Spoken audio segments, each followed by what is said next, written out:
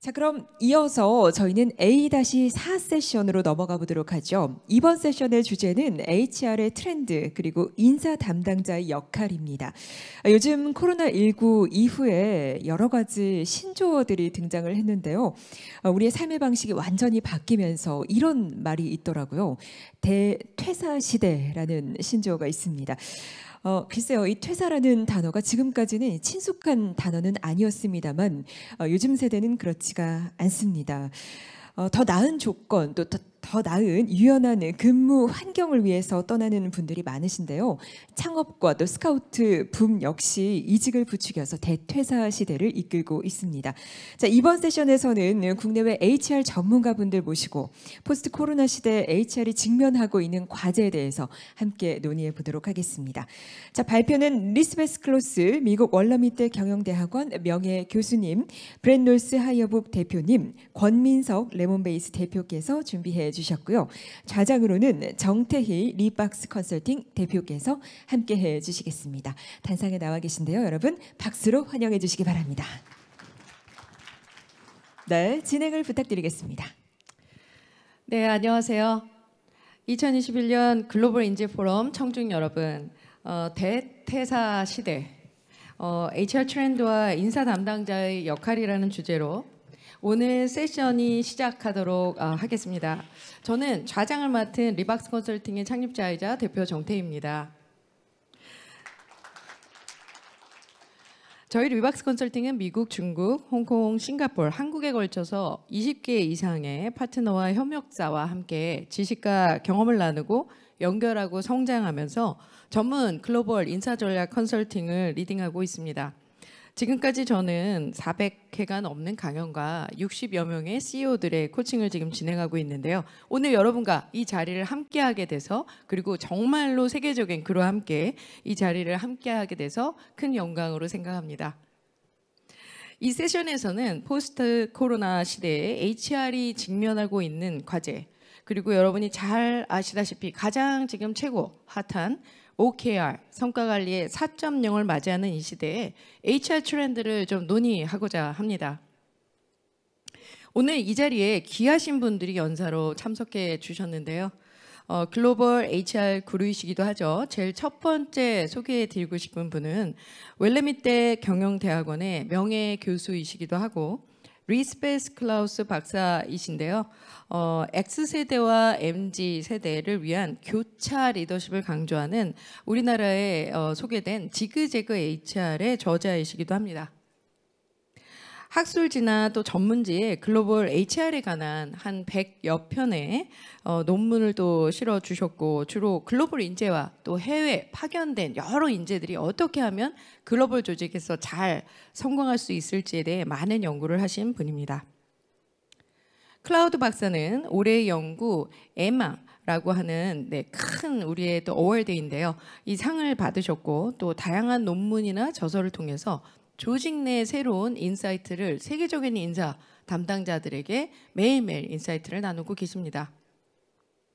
오늘 이 세션에서는 클라우드 박사는 4차 혁명 시대 업무 패러다임의 전환이라는 주제로 말씀을 해주실 거고, 이 내용들은 글로벌 시각으로 봤을 때 혁신적인 HR이 하기 위해서 우리는 어떤 것을 준비해야 되는지에 대한 담론을 들어볼 수 있다라고 생각을 합니다.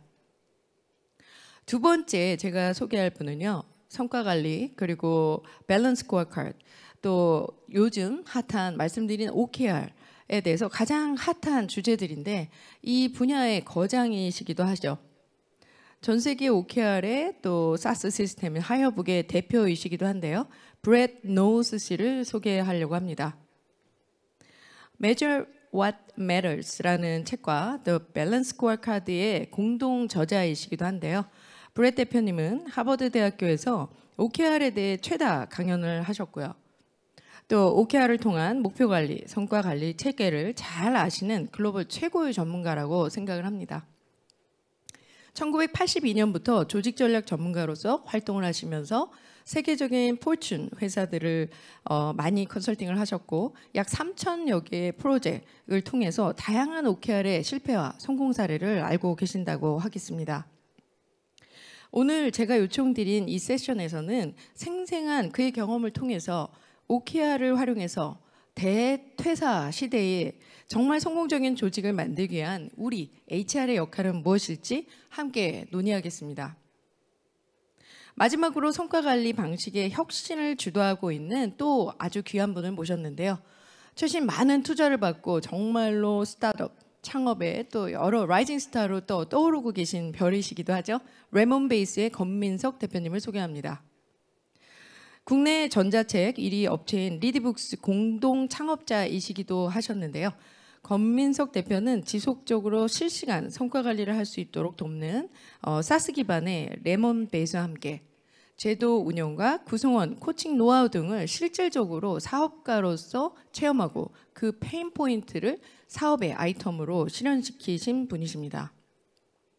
현재 레몬베이스는 여러 국내에 정말로 말로만 해도 다 알 수 있을 만한 크고 작은 기업의 1000여 개의 고객사를 확보하고 있으시고 지금 62억 원의 투자 유치를 받을 정도로 가장 각광받고 있으신 라이징 스타이시기도 합니다. 자, 오늘 세션에서는 빠르게 변화하는 이 내부, 외부의 환경에 따라서 기업의 정말로 지속적인 성과 관리를 위해서는 우리가 무엇을 알아야 할까요? 지속적인 성과 관리, 참 어려운 말인데요. 대면, 비대면 여러 상황에 대해서 우리가 놓치고 있는 게 어떤 것이 있는지, 그렇다면 지금부터 이 세 분의 발표를 연이어서 한번 들어보겠습니다. 그러면 이제부터 본격적인 첫 세션, 클라우드 박사의 4차 혁명 시대의 업무 패러다임의 전환이라는 주제로 먼저 강연을 듣겠습니다. 큰 박수로 환영 부탁드립니다.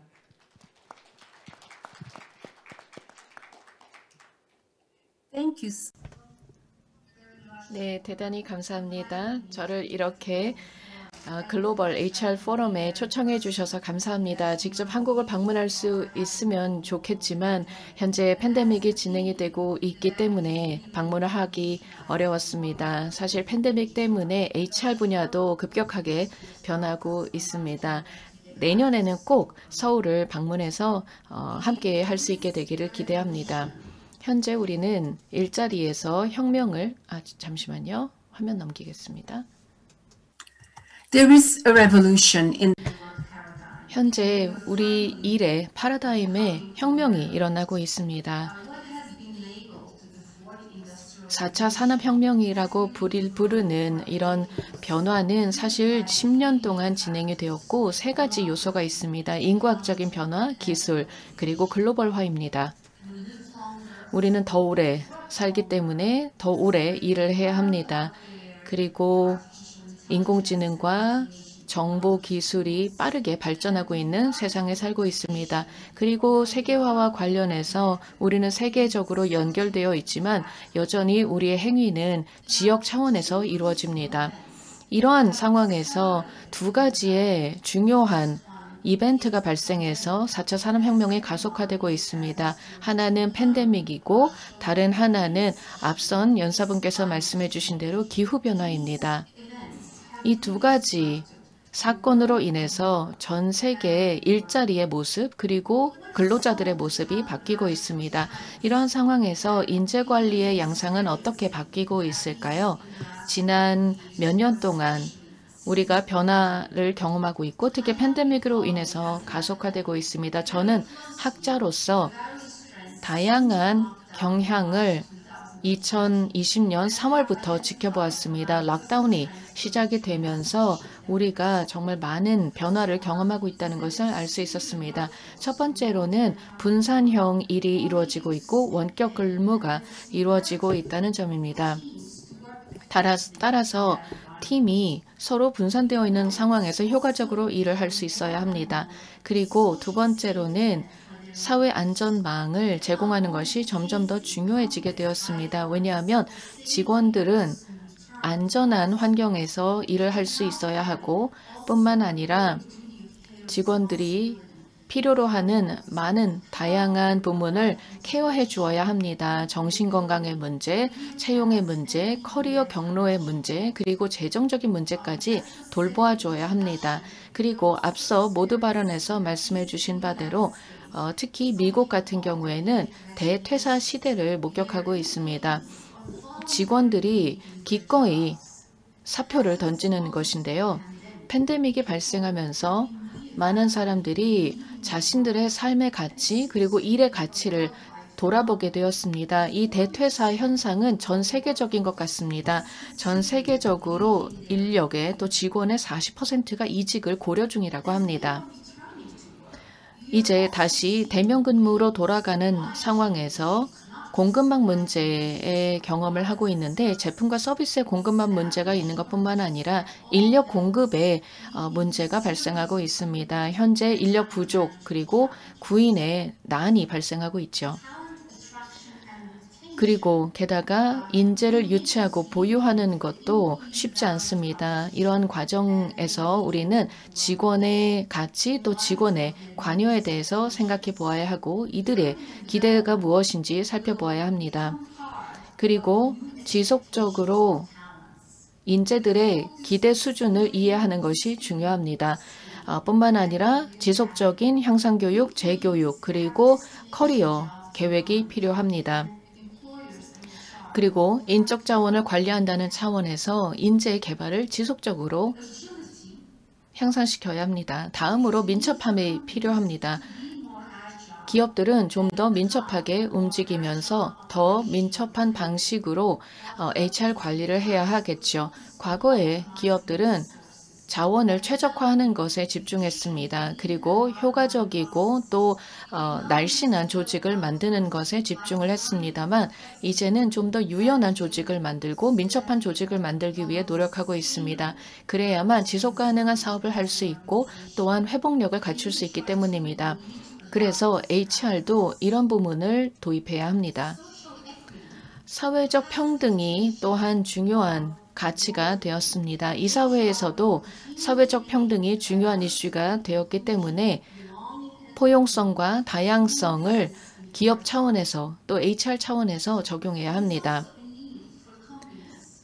그뿐만 아니라 기업은 데이터 분석과 데이터 관리를 통해서 적극적인 툴 활용을 해야 하고 툴 활용을 통해서 관리자들에게 실시간의 통찰을 제공해주고 직원 경험에 대한 정보를 제공해 줄 수 있어야 합니다.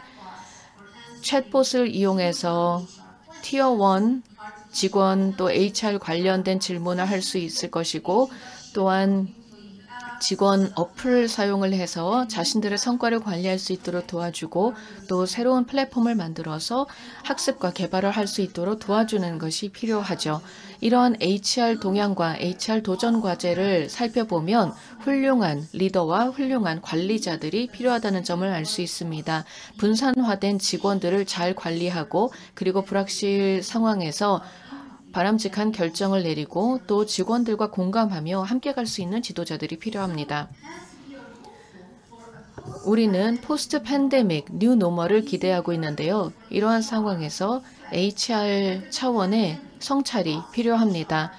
팬데믹으로 인해서 HR이 기업의 대응 책임자가 되었는지 아니면 기업의 최고 설계자가 되었는지를 고려해 보아야 합니다. HR의 구조를 바꾸는 역할을 하는지 보아야 합니다. 최고 대응 책임자 역할을 했다면 충분히 그 역할을 하지 못하고 번아웃이 올 수 있습니다. 왜냐하면 너무나 불확실한 환경이기 때문에 이러한 상황에서 무언가 따를 수 있는 도움을 받을 수 있는 가이드가 없기 때문입니다. 그래서 HR은 대응 책임자가 아니라 설계 책임자가 되어야 합니다. 전반적인 HR을 만들어 나가는 창의적인 역할을 해야 하는데요. HR 차원에서 새로운 플레이북이 필요합니다. 현재 아주 복잡하고 계속해서 변하는 세상에서 적응하기 위해서는 계속적인 설계가 필요합니다. 저희는 지그재그 HR이라는 책을 쓰게 되었습니다.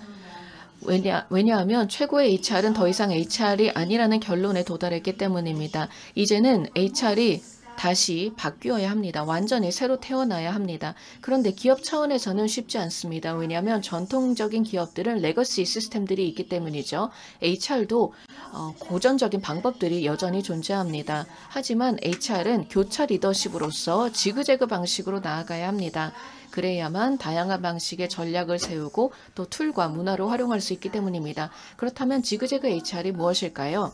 이는 좀 더 강력하고 지속 가능한 방식으로 빠르게 변화하는 세상에 대응하는 방식입니다. 그리고 지그재그 HR을 통해서 고용주와 직원들의 능력을 강화시켜 줄 수 있습니다. 여기서 핵심이 되는 것은 우리는 현재의 HR 그리고 인사 정책과 절차를 재정의해야 된다는 것입니다. 새로운 방식으로 HR을 해야 하고 새로운 방식으로 인사 관리를 해야 하는데 왜냐하면 직원들이 바뀌고 있기 때문이고 그렇기 때문에 HR도 바뀌어야 합니다. 그렇다면 저희가 제안하는 내용은 무엇일까요? 저희는 새로운 프레임워크를 제안하고 싶습니다. HR을 완전히 재정립하고 재정의하는 것인데 기업들에게 1년에 툴을 제공함으로써 효과적으로 혁신을 할 수 있도록 지원하는 것인데요. 지금이야말로 HR의 미래가 밝은 그런 시점이라고 생각합니다. 지그재그 방식으로 HR을 하게 되면 성공적인 결과를 이끌어낼 수 있습니다. 우리는 과거의 사고방식에서 벗어나서 새로운 방식을 추구해야 합니다. HR은 계속 시대 변화에 따라가야 합니다. 그렇다고 해서 모든 것들을 다 버리고 새롭게 시작하라는 뜻은 아닙니다. 우리는 지속적으로 현재를 관리할 필요가 있습니다. 다시 말해 도움이 되는 것들은 유지시켜야 하겠죠. 이것이 첫 번째 박스입니다. 하지만 이뿐만 아니라 우리는 일부의 낙후된 또는 낡은 프레임워크는 버릴 필요가 있습니다. 그것이 두 번째입니다. 그리고 마지막으로 우리는 새로운 미래를 만들어 나가고 혁신을 해야 합니다. 이것이 세 번째 박스입니다. 각각의 박스에 대해서 제가 좀 예시를 드려보도록 하겠습니다. 어떤 부분은 유지해야 할까요? 저희는 핵심적인 HR 기능을 유지해야 합니다만 더 빠르게, 더 스마트하게, 더 비용 효율적으로 이러한 기능을 수행해야 합니다. 그리고 우리는 법규 준수와 관련해서 민첩할 필요가 있습니다. 인적자원 관련 규제가 계속 바뀌고 있기 때문이죠. 세 번째로는 지속적으로 학습과 개발에 초점을 두어야 합니다. 정말 어려운 팬데믹 시대를 거치고 있지만 학습과 개발이 필요합니다. 그리고 또한 우리가 버려야 할 것들도 있습니다.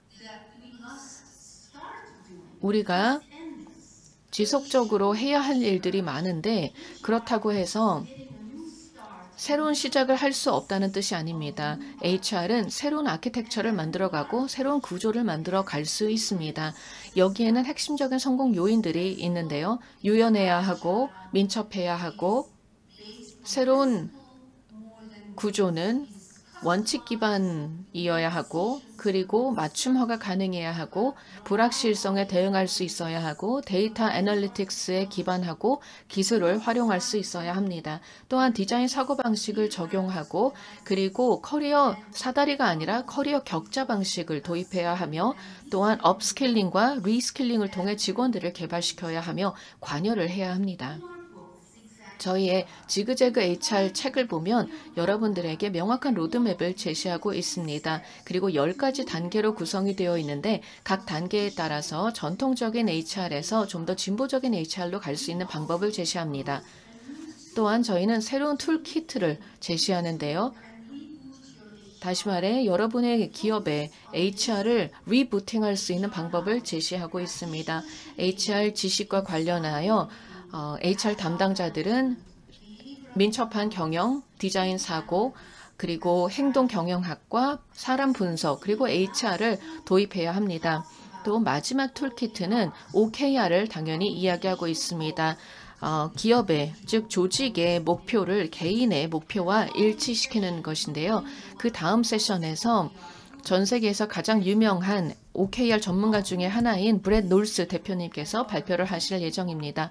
사람들이야말로 가장 중요한 성공 요인입니다. 그러면 그 사람을 잘 관리할 수 있는 사람들은 누구일까요? 바로 HR입니다. 우리는 도전과제에 용감히 직면해야 합니다. 지그재그 HR이 나올 수 있었던 것은 많은 전문가들 간의 협업이 있었기 때문입니다. 유럽과 북미 그리고 아시아에서 이런 전문가들의 협업이 이루어졌습니다. 처음에는 네덜란드어로 책을 썼고 그 다음에 영어로 번역을 했고 이제 한국어로 번역이 되어 있습니다. 저희는 각각의 버전을 현지화합니다. 세 개의 국가와 또 세 개의 대륙을 바탕으로 하는 것인데요. 저는 특히 정태희 박사님께 감사의 말씀을 드리고 싶습니다. 한국어 버전을 그저 번역이 아니라 현지화했기 때문입니다. 여러분들께서 이 책을 읽어보시고 저희에게 의견을 주시기 바랍니다. 링크드인에서 저를 찾아주시기 바랍니다.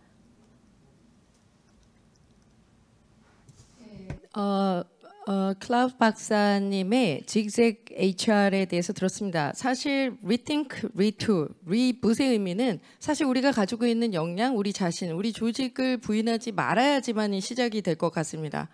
양극화 시대에 정말 우리를 지킬 수 있는 힘이 무엇인지 Great Resignation, 정말로 패러독스한 단어인데요.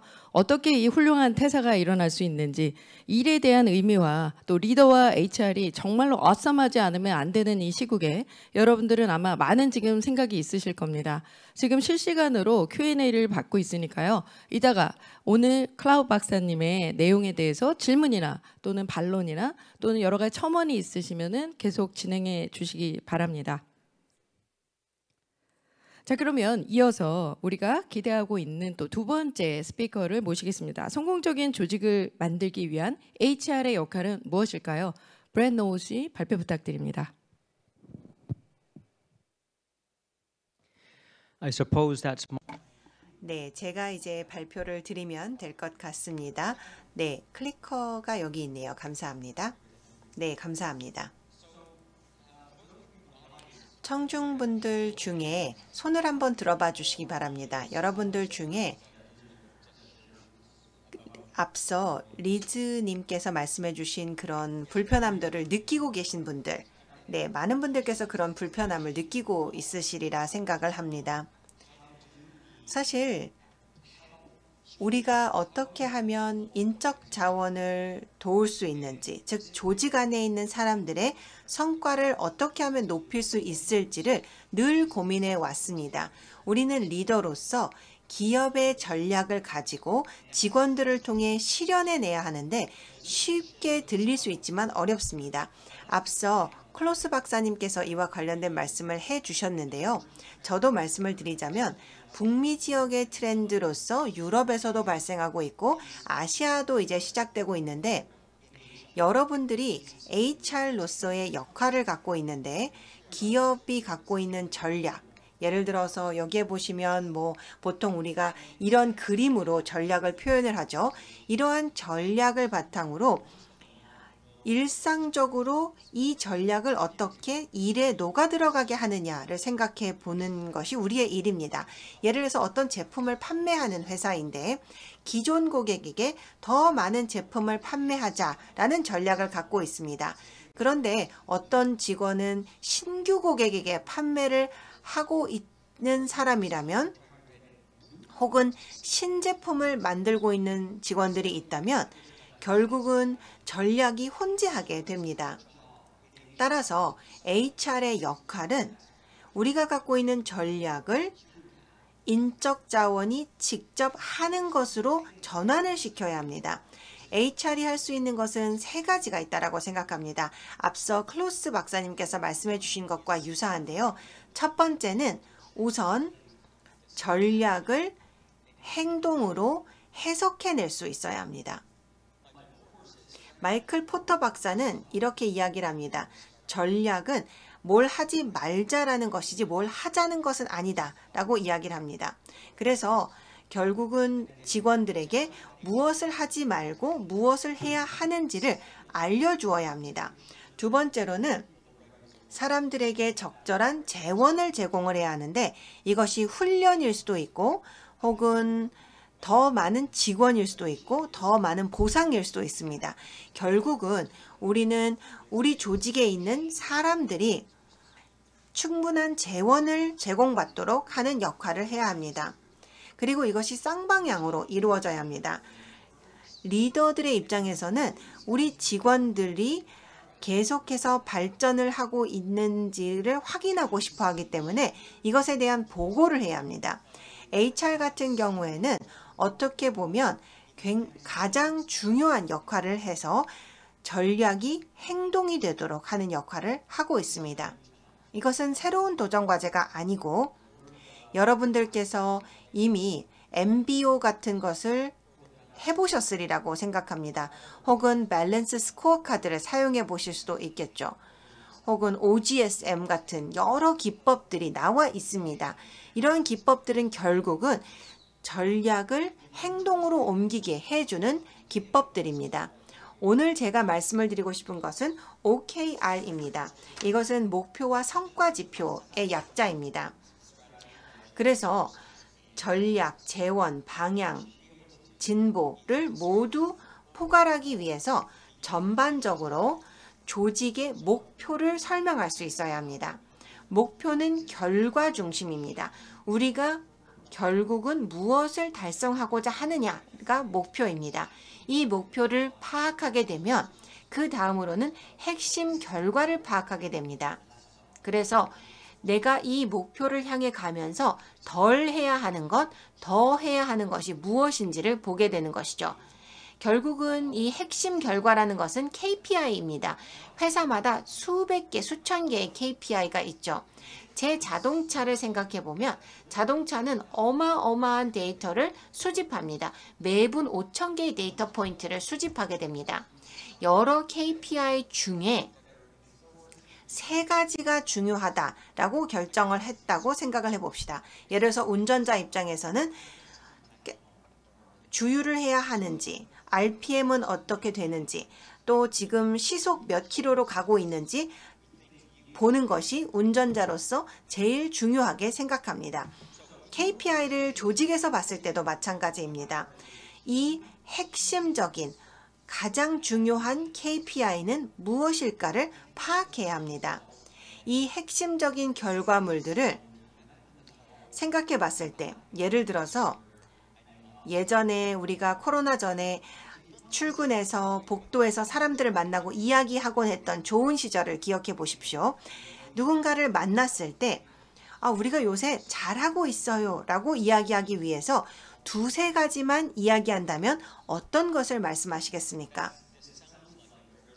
아주 간단한 메커니즘처럼 들립니다. 그리고 실제로 그렇습니다.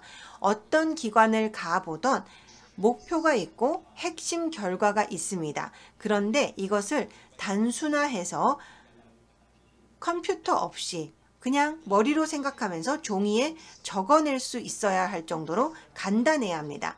5,000개의 KPI가 아닌 3개의 핵심 결과물을 우리가 생각해야 합니다. 이것이 바로 OKR, 목표와 성과 지표입니다. 제가 예전에 하버드에서 강의를 할 때 저희는 5개년 계획이라는 것을 세웠었습니다. 그때 92년쯤이었습니다. 그런데 5개년 계획이라는 것은 사실 불확실성이 굉장히 크기 때문에 지금은 적을 수가 없습니다.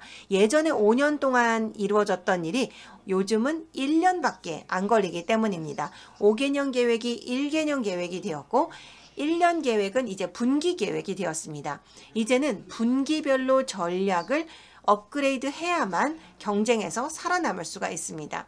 이에 대해서 설득하는데 굉장히 오래 걸렸습니다만 이제는 사람들이 다 알고 있습니다. 아마 작년에 생각하시면 1, 2월에 전략을 세웠는데 3월이 되면서 락다운에 들어갔고 새로운 전략을 세울 수밖에 없었을 것입니다. 그리고 재택근무가 완전히 자리 잡은 4월에는 또 새로운 전략이 필요했을 것이고 또 5월에 6월에 유럽의 일부 기업들이 열리게 되면서 개방이 되면서 또 새로운 전략이 필요했고 7월에 백신 접종이 시작이 되면서 또 새로운 전략이 필요했을 것입니다. 작년에는 전략을 6번, 7번 바꿨을 것입니다. 이제는 연간 전략이라는 것이 큰 의미가 없습니다. 연간 전략을 갖고 계시면 경쟁에서 살아남을 수가 없습니다. 그래서 결국은 우리가 갖고 있는 이 목표와 핵심 결과를 가지고 이것을 출발점으로 삼아서 각 목표를 달성하기 위해서 무엇이 필요한지를 계속해서 분석해 내봅니다. 예를 들어서 아이가 있는데 이 아이가 엔지니어가 되기를 바란다 라고 생각해 보시기 바랍니다. 아이가 엔지니어가 되기 위해서는 수학이 역사나 지리 과목보다 더 중요해지겠죠. 그렇기 때문에 엔지니어로 만들기 위해서는 수학의 우선순위를 두어야 합니다. 그렇다면 수학을 잘하기 위해서 무엇이 필요한가요? 숙제를 하고 시험 준비를 하고 학원을 다닐 수도 있겠죠. 그래서 여기에 보시면 엔지니어가 된다라는 것을 목표를 잡고 그 밑에 하위 목표들이 생기고 이 하위 목표별로 또 하위 목표가 생기게 됩니다.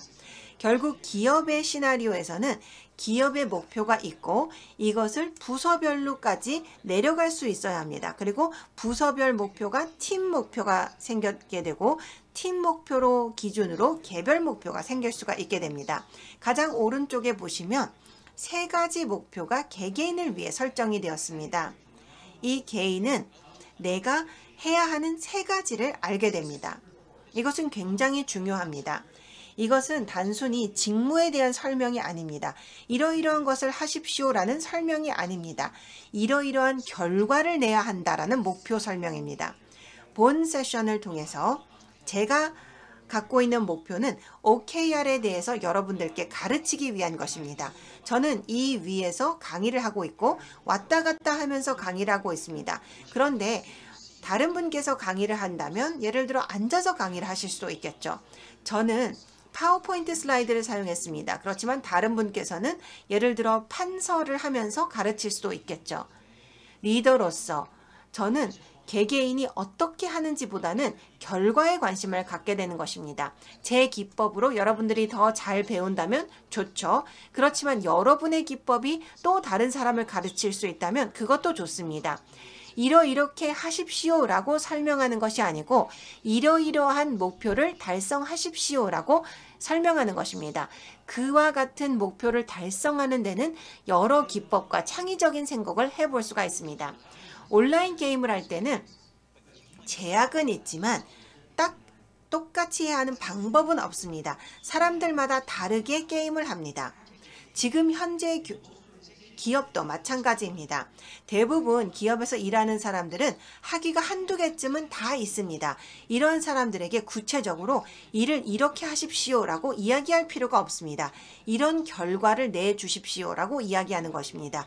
그것이 바로 OKR의 방식입니다. 이러한 목표가 있고 이것에 대해서 어떠한 진행을 하고 있는지만 보면 됩니다. 이미 하고 계신 것들을 새로운 구조를 통해서 보여드리는 것입니다. 즉, 기존의 구조를 가지고 문서화하고 좀 더 명확하게 정리하는 것이 OKR입니다. 그렇게 되면 여러분들께서 데니엘 핑크의 드라이브라는 책을 읽어보셨는지 모르겠습니다만 내재적 동기부여에 대해서 이야기를 하고 있습니다. 직원들은 내재적 동기부여에 외재적 동기부여보다 잘 반응한다는 것입니다. 월급이 오르거나 승진을 하는 것이 외재적 동기입니다. 왜냐하면 외부에서 적용이 되는 동기이기 때문입니다. 그런데 우리가 늘 그러한 외부적인 동기를 기다린다면 항상 기다리고 통제받게 됩니다. 그렇지만 내재적인 동기는 다릅니다. 악기 연주를 좋아한다면 그것이 좋아서 하는 것이고 스포츠를 한다면 기분이 좋아져서 한답니다. 예를 들어서 우리가 전문적인 음악가나 연주가나 운동선수나 온라인 게이머가 되지는 않지만 내부적 동기가 보상이 생기기 때문에 이러한 일들을 하게 되죠. 직원들도 마찬가지입니다. 제가 생각하기에는 만약에 이 5가지의 내재적 동기를 부여하게 된다면 직원들이 훨씬 더 효과적으로 일한다고 생각합니다. 하나는 목적입니다. 사람들은 늘 목적이 있어야 합니다. 예를 들어서 이 조직의 큰 목적이 무엇인지를 중요하게 생각합니다. 북미와 유럽에서는 목적 주도의 기업들이 훨씬 더 많아지고 있습니다. 예를 들어서 사회에 기여하거나 지속 가능한 기업을 만든다는 목적을 갖고 있습니다. 내가 하고 있는 일이 회사 전체의 목적과 성공에 어떠한 기여를 하는지를 알고 싶어 합니다. 여기에 뒤쪽에 보시면 내가 하는 3가지가 팀에 기여하고 팀의 기여가 부서에 기여하고 이 부서의 기여가 기업에 기여를 합니다. 이러한 방식을 통해서 내가 하고 있는 일이 어떻게 기업의 성공에 기여하는지를 알고 싶어 합니다. 두 번째로는 뭔가를 더 잘하고 싶어 합니다. 내가 하는 일을 더 잘하고 싶어 합니다. 따라서 HR에서는 이러한 배움의 기회를 제공해야 합니다. 이것은 때론 어렵습니다. 왜냐하면 상황이 어려워지면 교육훈련 예산이 가장 먼저 삭감되기 때문입니다. 세 번째는 제가 제일 중요하게 생각하는 부분인데 개인적인 생각일 뿐이기는 합니다. 진전이 있어야 합니다. 매일매일 매 순간 진전을 원합니다. 과거에 제조를 할 때에는 개별적으로 제품이 나오는 것을 봤기 때문에 눈으로 볼 수가 있었습니다. 그런데 나는 단순히 청구서만 처리하고 있는 회계부서의 직원이라면 진전을 보기가 어렵습니다. 그렇지만 하루가 끝나면 내가 이만큼의 일을 했구나. 예를 들어서 3가지 화폐로 3개의 청구서를 처리했구나 라는 것을 볼 수 있다든지 혹은 예전보다 청구서를 10% 더 처리했구나 라는 것을 보면 좋습니다. 지금은 재택근무를 하기 때문에 더욱더 어렵죠. 직원들이 내가 하고 있는 일들을 보기가 어렵습니다. 예를 들어서 상사와 우연히 마주쳐서 이것을 상사로부터 듣기가 어렵기 때문입니다. 그렇지만 예를 들어서 일상적으로 스마트폰을 통해 나의 진전을 볼 수 있다면 도움이 될 것입니다. 네 번째는 자율성입니다.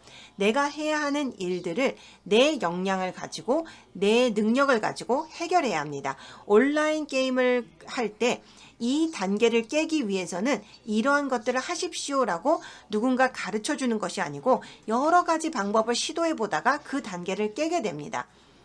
그것은 기업에서도 마찬가지입니다. 예를 들어서 저는 훈련을 시킬 때 이런 방법을 쓰지만 다른 사람도 다른 방법을 쓸 수가 있습니다. 이것이 자율성입니다. 마지막으로는 연결입니다. 인간은 사회적 동물입니다. 그리고 재택근무를 하게 되면서 우리는 고립되고 있습니다. 대부분의 경우 연결이 이메일이나 슬랙이나 팀즈나 왓츠업을 통해서만 연결을 하게 되죠. 이러한 상황에서는 서로 예의를 지키기도 어렵고 연결을 느끼기도 어렵습니다.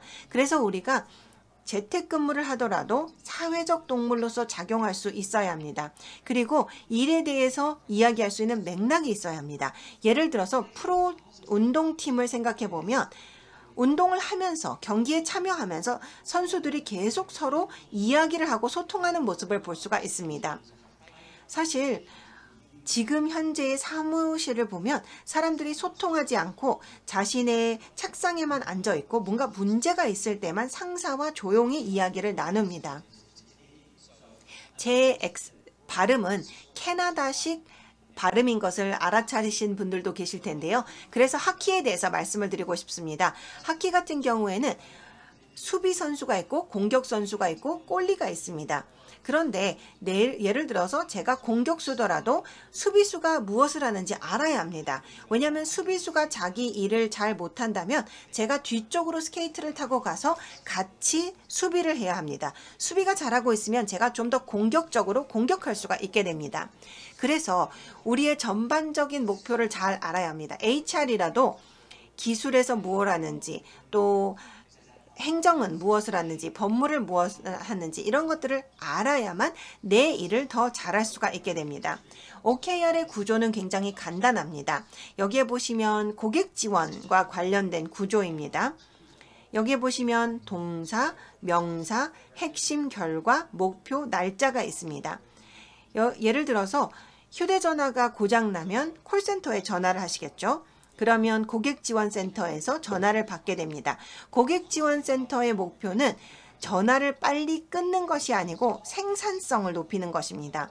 핵심 결과는 얼마나 오래 걸려 답을 제시해 주는지를 생각해 볼 수가 있습니다. 이러한 핵심 결과들은 많이 설정되어 있으리라고 생각을 합니다. 그렇지만 설정되어 있는 목표별로 예를 들어 분기별로 결과를 보게 됩니다.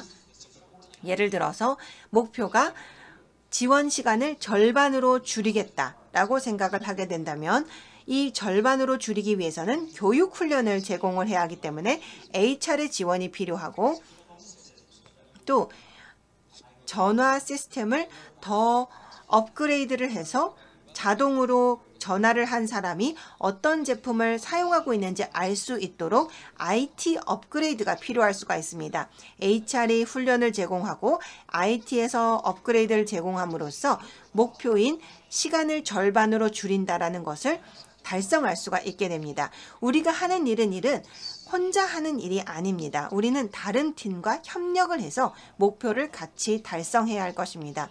더 구체적으로 말씀을 드릴 수도 있겠지만 이것이 쉽다라는 점을 말씀을 드리고 싶습니다. 이것이 가능한 여러 요소들이 회사 안에 있는데 이것을 통합적으로 사용해서 목표를 달성하는 것입니다. 결국은 갖고 있는 전략을 방향으로 전환을 하고 재원을 동원함으로써 실질적인 진전을 이루는 것입니다. 이것을 하고 있는 기관들은 상당히 많이 있습니다. 여기에 보시면 여러분들 잘 아시는 아마존, 세일즈포스도 들어있고요. 박스, 야후, 링크드인, 페이스북도 나와 있습니다. 그렇지만 한국 기업들도 왼쪽 상단에 보시면 루트로닉이 포함이 되어 있는 것을 볼 수가 있습니다. 한국에서 굉장히 성공한 회사입니다.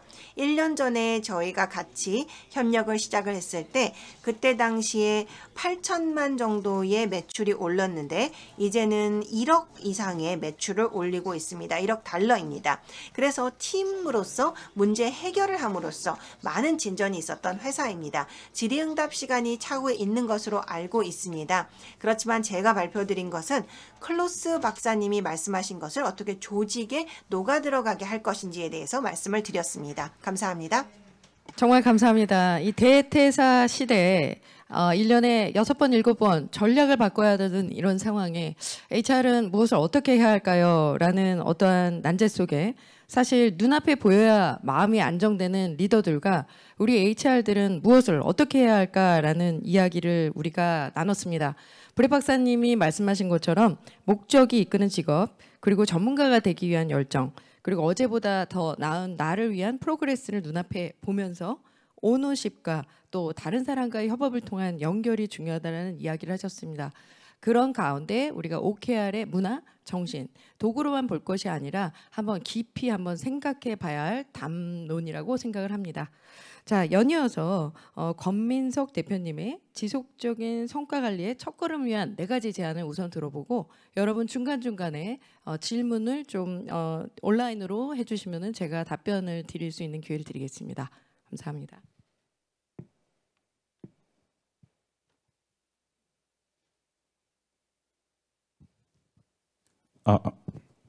안녕하세요. 저는 성과관리 분야의 소프트웨어 서비스인 레몬베이스의 CEO 역할을 맡고 있는 권민석입니다. 반갑습니다.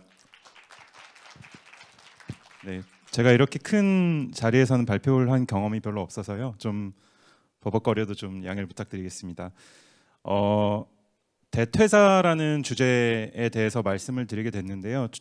최근에 한국 경영자 총협회와 어떤 채용 플랫폼이 같이 진행했던 설문조사 결과를 봤어요. 그랬더니 신입사원 중에서 1년 이내에 퇴사하는 비율이 얼마나 되는가에 대한 조사였고 10년 전에는 15% 정도였다가 작년에는 그게 50% 가까운 수치가 찍혔다고 합니다. 즉 10년 전에는 입사한 새로운 구성원이 1년 이내에 퇴사하는 비율이 15%였는데 이제는 절반이 퇴사하는 시대가 된 거죠. 그래서 대퇴사라는 시대라는 주제를 뽑아주신 것 같고요. 제가 생각하기에는 그렇게 젊은 구성원들이 퇴사를 많이 하는 이유는 사실 안타깝지만 미래가 보이지 않는다라는 이유 때문이라고 생각을 합니다. 그 이유는 여러 가지가 있겠지만 이제 본인이 생각하기에는 내가 하루하루 하고 있는 일의 성과가 어떤 의미가 있는지, 그리고 하루하루 내가 성장을 하고 있는지, 그 성장이 내가 10년 후에 꿈꾸고 있는 어떤 성공이라는 그 그림에 다가가는 데 도움이 되고 있는지에 대한 확신이 들지 않는다고 생각을 해서라고 생각을 하고요. 그래서 그에 대한 솔루션으로서 1년에 한번 목표를 설정하고 평가하는 게 아니고 1년 내내 지속적으로 구성원과 회사가 성과와 성장을 관리할 수 있는 방법을 한 가지 제안을 드리려고 합니다. 그래서 제가 발표 시간이 제가 좀 10분으로 짧아서요. 어떻게 이제 말씀을 드려야 되나 고민을 하다가 저에 대한 이제 간단한 스토리와 함께 이 네 가지 가볍게 이 지속적인 성과 관리를 할 수 있는 방법에 대해서 제안을 드리면 좋지 않을까라고 해서 발표를 좀 준비해봤습니다. 일단 저에 대해서 설명을 한번 해주셨는데요. 간략하게 말씀을 드리면 저는 2007년부터 17년까지 약 10년 정도 그 국내 이북 서비스 중에서는 1등을 하고 있는 리디북스라는 회사를 공동 창업을 했었습니다. 그래서 10년 동안 일을 하면서 3명이 작은 오피스텔에서 시작을 해서 퇴사할 때까지는 약 200명이 넘는 조직으로 성장하는 과정에서 COO나 아니면 프로덕트나 디바이스, 컨텐츠, HR 등 다양한 조직의 리더로서 역할을 수행을 했습니다. 그래서 그 경험을 바탕으로 지금 현재 레온베이스를 새롭게 또 공동 창업을 하게 됐고요. 레온베이스의 공동 창업자들 역시 리드에서부터 오랫동안 10년 가까이 같이 일했던 분들과 함께 또 창업을 하게 됐습니다. 그래서 레온베이스는 성과 관리 분야의 소프트웨어 서비스, 기업용 소프트웨어 서비스인 SaaS라고 보시면 될 것 같고요. 작년 4월에 런칭을 해서 지금 빠르게 성장을 하고 있습니다. 그래서 그 성과를 기반으로 올 초에는 펀딩도 받게 되었습니다. 현재는 이제 많은 기업들이 빠르게 성장하는 스타트업부터 대기업까지 레온베이스와 함께 하루하루 성과 관리 방식을 혁신을 하고 있습니다. 네, 저에 대해서 또는 저희 공동 창업팀에 대해서 간단하게 설명을 드렸을 때 궁금하실 것 같아요. 10년 동안 컨텐츠 플랫폼을 만들었던 사람들이 왜 갑자기 이 성과 관리라는 분야에 창업을 하게 됐을까에 대해서 궁금하실 것 같은데요. 기본적으로 기업 또는 스타트업은 세상에 존재하는 중요한 문제를 해결하기 위해서 존재한다고 생각을 합니다. 그래서 저희 공동 창업팀도 우리가 해결해야 될 문제, 중요한 문제가 있을까? 그렇다면 우리가 같이 경험했던 가장 힘들었고 중요한 문제가 무엇일까에 대한 고민부터 다시 시작을 하게 됐었습니다. 그게 역시 사람의 문제였고요. 이제 3명에서 200명이 넘는 조직으로 빠르게 성장하는 과정에서 조직의 성장과 개인의 성장의 속도가 차이가 나서 발생하는 문제라든지 회사의 목표나 조직의 목표가 구성원의 목표와 싱크가 되지 않아서 발생하는 문제. 근데 조직의 리더는 구성원들이 그런 상황에 놓여 있고 또 어려움을 겪는지에 대해서 몰라서 발생하는 문제 등등 굉장히 많은 문제를 겪게 됐었고요. 그래서 그 과정에서 가장 힘들었던 경험들은 구성원들이 고민하는데 리더들은 또 그걸 모르고 있고 마지막 단계에서 갑자기 잠깐 면담할 수 있을까요? 라고 문을 두드려 주시면 이제 앞불싸하면서 퇴사에 대해서 또 이야기를 나누고 조직이 또 무너져가고 이런 경험들을 했었습니다. 그래서 그런 사람 문제가 참 어렵구나라는 거를 저희가 공통적으로 많이 느꼈었고요. 좀 그 과정에서 저희가 가장 많이 들었고 스스로도 어려움을 겪었던 몇 가지 질문 또는 사례를 말씀을 드리면 이런 이야기들이 많이 있었습니다. 그래서 내가 하는 일이 회사의 목표와 어떤 연결점이 있는지 잘 모르겠어요. 바빠 죽겠는데 팀원들하고 면담을 하고 1대1 미팅을 해야 되는데 무슨 이야기를 해야 될지를 잘 모르겠어요. 네. 팀원이 1년 동안 무슨 일을 했는지 이제 와서 기억이 잘 안 나고 기록도 없는데 평가는 어떻게 해야 되죠? 네. 그리고 피드백을 왜 이제 와서 주나요? 이제 연봉 협상할 때 왜 이제 주죠? 이런 이야기들을 많이 겪고 평소에 이런 것들을 우리가 대비하지 못했을까? 이런 어려움들을 많이 겪었습니다.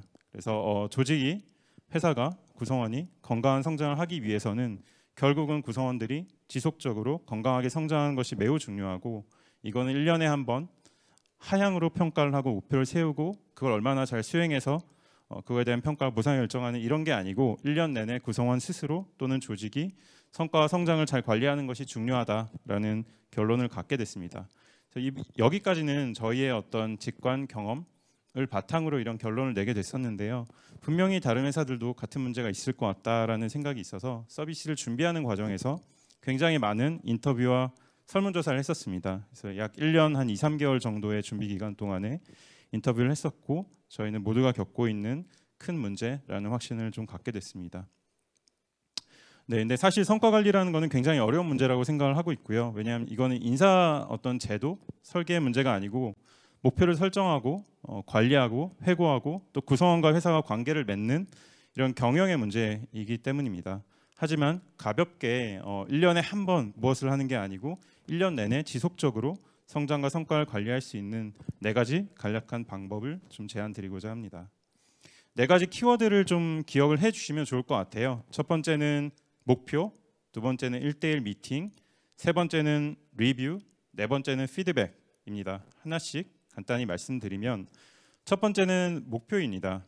네, 그래서 지속적인 컨티뉴스한 성과 관리를 위해서는 목표를 이렇게 했으면 좋겠다라고 제안을 좀 간단히 드리고자 하고요. 우선은 목표를 모두가 볼 수 있는 온라인 공간에 공유하는 게 굉장히 중요하다고 생각을 합니다. 그리고 각 목표별로 누가 어떤 일을 하고 있는지 오너십을 명확하게 표시를 하고요. 네. 그리고 정기적으로 또는 실시간으로 얼마나 진행이 되고 있는지를 체크인하고 그걸 모두가 볼 수 있게 만드는 그 환경이 굉장히 중요하다고 생각을 합니다. 네. 그래서 회사마다 갖고 있는 시스템 툴이 굉장히 다양할 거라고 생각을 하고요. 그래서 누구나 쉽게 접근할 수 있는 그 공간을 마련해서 이런 제도를 갖는 것 자체가 출발점이라고 생각하고 있습니다. 그래서 구글이 연간 분기 OKR을 수립하고 그 관리하는 방식이 대표적인 사례라고 할 수 있고요. 제가 이제 네 가지 제안별로 레온베이스 팀이 어떻게 하고 있는지를 간단하게 설명을 드리려고 하는데요. 아직 레온베이스 팀은 수십 명 단위 작은 조직이긴 하지만 그 전에 위디북스에서 오랜 기간 동안 빠르게 성장하는 과정에서 겪었던 어려움을 저희가 해결하는 문제의식을 갖고 지금 작지만 탄탄하게 만들고 있다는 점, 그리고 저희 고객사들의 많은 베스트 프랙티스를 자연스럽게 접하게 돼요. 그런 부분들을 접목해서 탄탄한 문화를 만들고자 노력을 하고 있기 때문에 좀 팁이 되지 않을까라는 생각으로 좀 말씀을 드리겠습니다. 그래서 목표와 관련해서는 레온베이스 팀도 방금 말씀 주셨던 것처럼 OKR 기반으로 목표 관리를 하고 있고요. 레온베이스의 제품을 활용해서 OKR을 보드를 만들고 분기별로 그 OKR에 대한 관리를 하고 있습니다. 그래서 누구나 언제든지 들어가서 현재 우리 회사의 목표, 팀의 목표, 뭐 스쿼드나 챕터의 목표 이런 것들을 다 확인할 수 있고요. 실시간으로 계속해서 내가 하고 있는 것들에 대한 업데이트를 합니다. 그리고 주기적으로 일주일에 한 번씩 다 같이 모여서 조직 단위로 체크인을 하고 있습니다. 그리고 그 과정에서 Q&A도 하고요. 자연스럽게 이 업무의 프로그레스나 누가 어떤 일을 하고 있는지 그 과정에서 도움이 필요한지에 대한 Q&A를 활발하게 논의를 하게 되고 있습니다. 두 번째는 1대1 미팅인데요. 저는 개인적으로는 이 지속적인 성과 관리를 위해서 1대1 미팅이라는 게 굉장히 중요한 모세혈관과 같은 활동이라고 생각을 하고 있습니다. 네, 그래서 1대1 미팅은 사실 가장 중요한 거는 아무리 바빠도 무조건 하는 게 중요한 것 같습니다. 저도 예전에 일주일 내내 일주일에 많은 시간을 일하다 보니 치고 나오는 많은 이슈들이 있어서 1대1 미팅을 잘 못하는 경우가 많았어요. 하지만 일주일에 한 번, 최소 월 한 번씩 1대1 미팅을 계속 하는 게 굉장히 중요한 것 같습니다. 그리고 1대1 미팅은 대화이기 때문에 결국 어젠다, 주제가 중요하고요. 그래서 어떤 주제로 대화를 나눌지를 구성원들의 개인기에 의존하지 않고 회사가 가이드를 제공하는 것 역시 굉장히 중요합니다. 그리고 그 기록을 다 남겨서 본인 당사자들 또는 회사가 나중에 어떤 문제가 생겼을 때 또는 평가를 할 때 피드백을 할 때 그 내용을 확인하면서 이야기를 하는 게 굉장히 중요합니다. 그래서 레온베이스 팀 같은 경우에는 모든 구성원들이 주 1회 또는 월 1회 업무의 숙련도나 입사하신 그 시기, 기간 정도에 따라서 조금씩 다르고요. 1대1 미팅을 진행하고 있고 특히 새롭게 조인한 분들한테는 약 10명의 동료와 1대1 미팅을 하게끔 제도를 갖고 있습니다. 그래서 다 레온베이스의 1대1 미팅 제품 보드를 활용해서 하고 있고요. 말씀드린 것처럼 어젠다가 굉장히 중요해서 팀이 제공하는 제안하는 어젠다도 있고 제품 우측에 추천 어젠다가 있어서 원클릭으로 가져와서 바로바로 활용할 수 있는 어젠다 기능도 있습니다. 그런 부분들을 활용해서 1대1 미팅을 굉장히 자율적으로 적극적으로 하고 있고요. 세 번째는 리뷰입니다. 사실 그 모든 회사에서의 목표 성과 관련된 활동은 사이클로 이루어져 있다고 생각을 해요. 그래서 목표를 세우고 실행하고 그거에 대한 회고를 하는 그 사이클이고요. 뭐 예를 들면 분기별 OKR도 마찬가지이고 뭐 20일간의 특정 프로젝트도 마찬가지라고 생각합니다. 그래서 그 사이클이 끝날 때에는 반드시 리뷰를 하는 게 굉장히 중요하다라고 생각을 하고 회고라고 부르기도 하죠.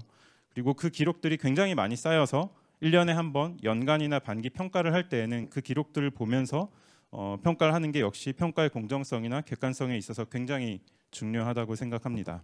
네, 시간이 없어서 말이 좀 빨라지고 있는데요. 그 레몬베이스 팀 같은 경우에는 여러 가지 종류의 리뷰를 많이 하지만 대표적으로는 분기 동료 피드백을 운영을 하고 있습니다. 저희 팀 같은 경우에는 3가지 질문으로 그 피드백을 하고 있고요.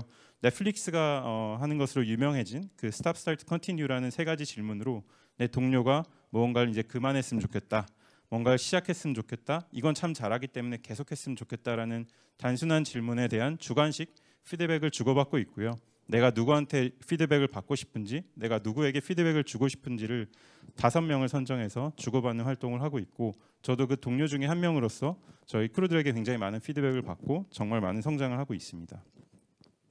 마지막으로는 이제 수시 피드백인데요. 기본적으로 이걸 잘 하기 위해서는 회사의 어떤 철학을 잘 다듬는 것부터 시작을 할 필요가 있다고 생각을 합니다. 그래서 저희 팀 같은 경우에는 회사의 핵심 가치로서 레몬 베이스 밸류라는 게 있는데 그중에 그로스 마인셋이라는 게 있습니다. 사람들은 누구나 성장할 수 있다.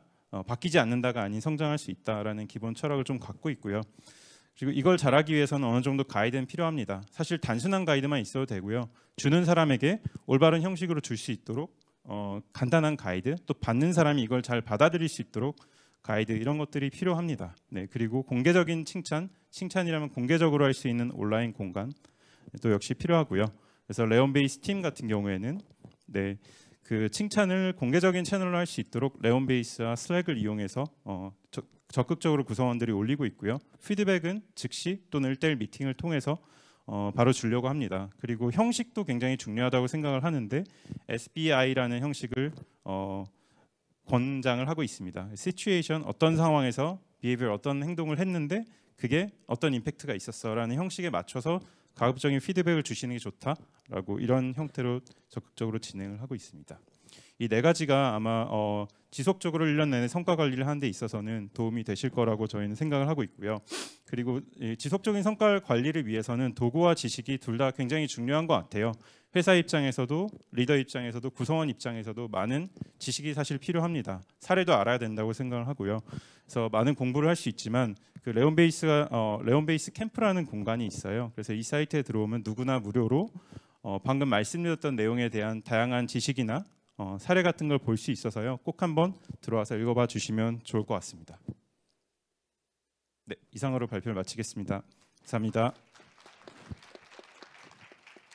네, 지금부터 약 한 30분 정도 여러분과 활발한 토론과 또 질문과 답변을 받겠는데요. 어차피 대표님이 좀 발표하셨으니까 제가 직접 좀 질문을 좀 해보겠습니다. 제가 절대 믿지 않는 것은 리더들이 이야기할 때 내 방 문은 열려 있어 언제든지 와라는 말이거든요. 절대 가는 직원은 저는 없다고 봅니다. 그런데 오늘 일관되게 피드백과 대화의 중요성을 얘기하셨는데, 최근에 그러면 대표님께서는 동료 피드백을 또 아까 매 분기 진행을 하신다고 했어요. 가장 기억에 남고 좀 성공적인 사례라고 생각하실 만한 피드백과 대화의 어떤 경험이 있으시면 좀 나눠주시기 바랍니다. 네. 그 말씀드렸던 것처럼 저도 저희 동료 피드백의 프로세스의 한 명으로 동료로서 들어가고요. 그래서 제가 누구한테 피드백을 받고 싶은지, 제가 누구한테 피드백을 주고 싶은지를 다 저희 제품을 통해서 지정을 하게 되어 있습니다. 그리고 스탑, 스타트, 컨티뉴라는 형태로 피드백을 다 받고 있고요. 그래서 최근에도 저희는 분기별로 하기 때문에 그 3분기에 동료 피드백을 받았었고, 기억에 남는 거는 굉장히 길게 자세히 많이 써주셔서 기억에 많이 남는데, 전 제가 CEO 역할을 맡고 있기 때문에 우리 회사 레몬 베이스라는 서비스가 가고자 하는 방향, 비전, 전략, 목표라는 것을 자주 공유를 한다고 생각을 했습니다. 그래서 문서도 있고 누구나 볼 수 있고 한 달에 한 번씩 하는 오렌지 미팅에서도 관련된 얘기를 많이 하지만, 그걸 1대1 미팅을 통해서 구성원들과 한 명 한 명과 최대한 많은 1대1 미팅을 통해서 그 내용에 대해서 자세히 설명하고 또 질문을 받고 또 다시 설명을 하고, 이런 과정을 많이 가졌으면 좋겠다. 1대1 미팅을 더 적극적으로 많이 해달라라는 피드백을 받았어요. 그래서 그게 저는 제가 스스로도 이미 알고 있었고, 내가 요즘에 최근에 이런 걸 잘 못하고 있었구나, 하지만 이게 우리 조직의 목표 달성이나 싱크를 위해서 정말 중요하다는 생각을 많이 했었고요. 그래서 그걸 바탕으로 바로 다음 주부터 1대1 미팅을 일주일에 최소 6시간, 7시간씩 잡으면서 하고 있습니다. 그 기억에 남는 피드백인 것 같아요. That's an interesting point, my friend. 네, 아주 흥미로운 말씀을 해주셨습니다. 권 대표님께서 조직을 어떻게 리딩하는지 여러 번 바꾸셨다라는 말씀을 해주셨습니다. 우리는 일상적으로 계속해서 배우고 바꾸고 있습니다. 그런데 직원에 리더로부터 나오는 기대도 달라지고 있습니다. 5년 전, 10년 전과는 다릅니다. 그래서 저희 클라이언트 같은 경우에는 나이키나 아마존, 구글도 있는데 이러한 CEO 같은 경우에는 일주일에 6시간이 아닌 일주일에 20시간씩 할애를 해서 1대1 대화를 나누고 있습니다. 그리고 실제로 오픈도어입니다. 그래서 일정에 3가지 요소가 있습니다. 그래서 스스로 사고할 수 있는 그러한 시간들도 있고 또 회의를 하는 시간들도 있고 1대1로 만나는 시간이 있습니다. 그래서 시간을 3분의 1씩 나눠서 사용하는 것으로 알고 있습니다. 왜냐하면 많은 사람들이 있어야 같이 일을 이룰 수가 있는데 1대1로 이야기하다 보면 또 그 사람의 생산성을 굉장히 높일 수가 있습니다. 어려움들에 대해서 말씀을 드리자면 북미와 유럽에서는 이러한 점들이 어려운데 저는 캐나다 사람입니다. 그런데 캐나다 문화가 조금은 한국 문화와 조금 더 가깝다라고 생각합니다. 겸손함이 있죠. 그래서 주변 사람들의 강점을 잘 알고 스스로의 약점을 잘 압니다. 리더로서 이것을 잘 활용을 해서 함께 일하는 사람들의 역량만 잘 활용하게 된다면 단점을 보완할 수 있다고 생각합니다. 또 여러분들께서 직원들의 단점을 보완할 수가 있게 되고요.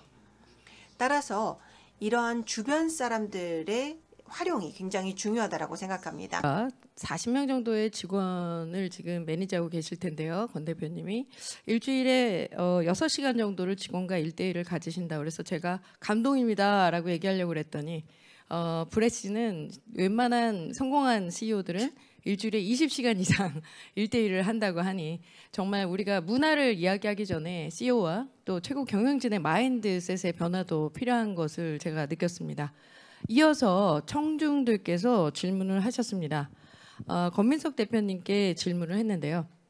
레몬베이스와 회사가 제시하는 성과관리 규범을 실제로 단위 조직에서 이행하지 않을 경우에 페널티 또는 대응 방안이 있는지요? 실제로 단위 조직에서 평가자와 또 피평가자의 수시 피드백이 제대로 이루어지지 않는 경우를 저도 많이 봤거든요.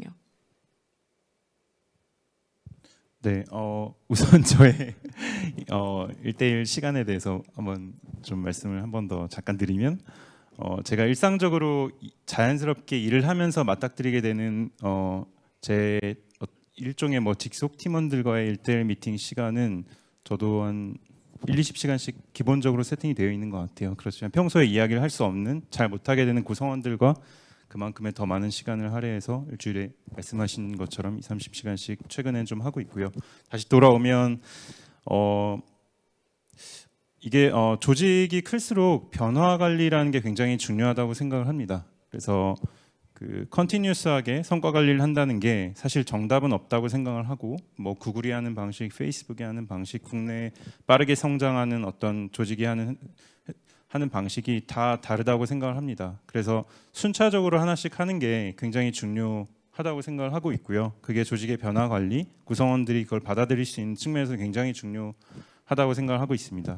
그래서 큰 조직일수록 그렇고, 그래서 어떤 조직이 그걸 하지 않았을 때 페널티를 하는, 저희 조직은 작은 조직이기도 하지만 그렇지는 않고요. 그리고 고객의 사례를 봤을 때에도 그렇게 접근하는 경우는 많지 않은 것 같고요. 어떻게 하면 더 자연스럽게 너칭을 할 수 있을까? 근데 찾아가서 얘기하는 게 아니고 시스템적으로 할 수 있을까의 방법을 많이 고민하시고 그게 옳다고 생각을 하고 있고요. 특히 그 문화가 자리를 잡게 하는 데에서는 작게 시작해서 조금씩 늘려가는 게 효과적이라고 생각을 하고 있습니다. 그래서 예를 들면 이 성과 관리라는 경우에는 결국은 그 조직의 리더로부터 파생돼서 시작되는 부분이라고 생각하기 때문에 그 리더가 주변의 구성원들과 원어원 미팅 특별한 제도를 새롭게 시작을 해본다거나 특정 조직부터 파일럿 테스트를 해서 그 과정에서 우리 조직에 맞는 것과 맞지 않는 것들을 알아내고 필요한 제도, 교육을 진행하면서 조금씩 순차적으로 늘려가는 게 옳다고 생각을 하고요. 그렇게 변화 관리를 하면서 진행을 하다 보면 페널티를 하는 경우는 발생하지 않지 않을까 싶습니다. 네, 대표님이 말씀하시니까 이 짐 콜린스의 Good to Great 시대는 이제 갔구나. 요즘 뜨는 그 맥스 베저만 교수의 Not Perfect but Be Better.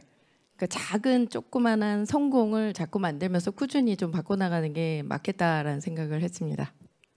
Yeah, I want to take 네, 저는 처벌이라는 단어를 조금 더 설명을 드리고 싶습니다.